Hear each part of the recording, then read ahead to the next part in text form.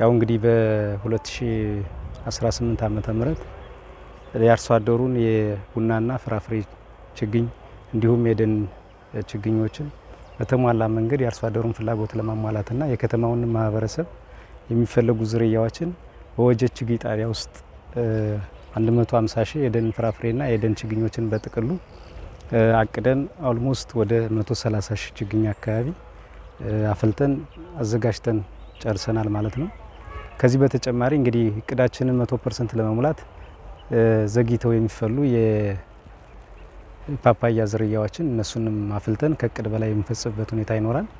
ስለዚህ አርሶ አደሩ እንግዲህ በዚህ ችግኝ ጣቢያ በወጀት ችግኝ ጣቢያ ውስጥ ለአርሶ አደሩ የሚመጥኑ የቡናና ፍራፍሬ የደን ችግኞችን አገር በቀልና የውጭ ዝርያዎችን በተገቢው መንገድ እያለማነ በዚህ እንግዲህ ችግኝ ጣቢያውን ከተረከብነው ከያዝነው 2 ዓመት ውስጥ ነው ያለነው። በዚህ 2 ዓመት ውስጥ አምና ካፈላነው ችግኝ የቡናና ፍራፍሬና የደን ችግኝ በተጨማሪ በ50% አሳድገን ነው በዘንድሮ ዓመት ያፈላነው። ስለዚህ አሁን ያለበት ሁኔታም የተሻለ ቁመና ያለበት ሁኔታ አለ። በተለይ የደን ችግኝ ዝግጅቱ በተገቢው መንገድ አርሶ አደሩ የሚፈልጋቸውን ዝርያዎችን በማፍላት ደረጃ የተሻለ ቁመና ያለበት ሁኔታ አለ። የቡናና ፍራፍሬን በተመሳሳይ አሁን በፊት ምንድነው የቡና ችግኝ ጥረቶች ነበሩ። በዘንድሮ ዓመት የአርሶ አደሩን ፍላጎት ለማሳካት ኦልሞስት የቡና ችግኝንም በተገቢው መንገድ እየሰራን ያለንበት ሁኔታ አለ።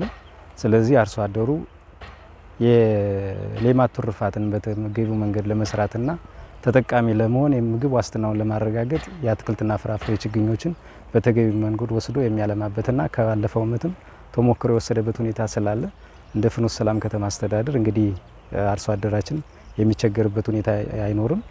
ቀጣይም እንግዲህ ችግኙን በማጓጓዝ ደረጃ በተሻለ መንገድ ለአርሶ አደሩ ተደራሽ እናደርጋለን።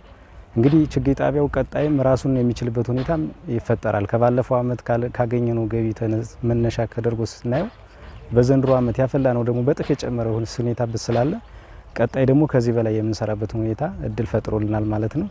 ስለዚህ ይህን ይመስላል ነው። በገጠሮች አካባቢ አጠቃላይ እንደ ፍኖተ ሰላም ከተማ አስተዳደር ኦልሞስት ወደ 108973 አካባቢ የቡናና ቆላ ፍራፍሬ ችግኝ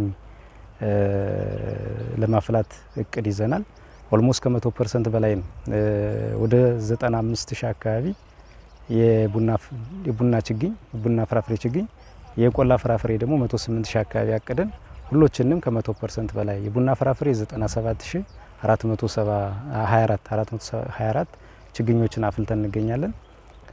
እንደገና ደግሞ የቆላ ፍራፍሬ ደግሞ 136000 አካባቢ የቆላ ፍራፍሬ ችግኞችን እንዳጠቃላይ እንደ ከተማ አፍልተን ኦልሞስት ወደ 240 አካባቢ ችግኞችን እንደ ከተማ አስተዳደር በግብርና ጽሕፈት ቤት የችግኝ ጣቢያው ፕላስ የአርሶ አደሩ በአርሶ አደር ችግኝ ጣቢያ በማህበራት በቡድን በተለያየ የሚያፈሉትን ጠቅላላ ኦልሞስት ወደ 240 አካባቢ ችግኞችን የአትክልትና ፍራፍሬ ያለ 400 አካባቢ ደግሞ የደን ፍራፍሬ ያለ ኦልሞስት በከተማችን ወደ 650 በላይ ችግኞችን ለማፍላት እቅድ ይዘን እየተንቀሳቀስን ያለበት ሁኔታ አለ። ስለዚህ የገጠሩም የከተማው ማህበረሰብ በየዘርፉ ያለውን ተጠቃሚና ሌላው ጎረቤት አካባቢ ያሉ ቀበሌዎችና ወረዳዎችም ባለፈው ዓመት ትሬንድ ስንነሳ ምንድነው ከኛ የሚወስዱበት ሁኔታ ስለነበር ፕሮጀክቶች በተለይ አርሶ አደሮች ሌላ ራሳቸው ችግኝ ጣቢያ በአካባቢያቸው ካለው የማይገኘውንም እየመጡ የወሰዱበት ሁኔታ አለ። ስለዚህ በዘንድሮ ዓመትም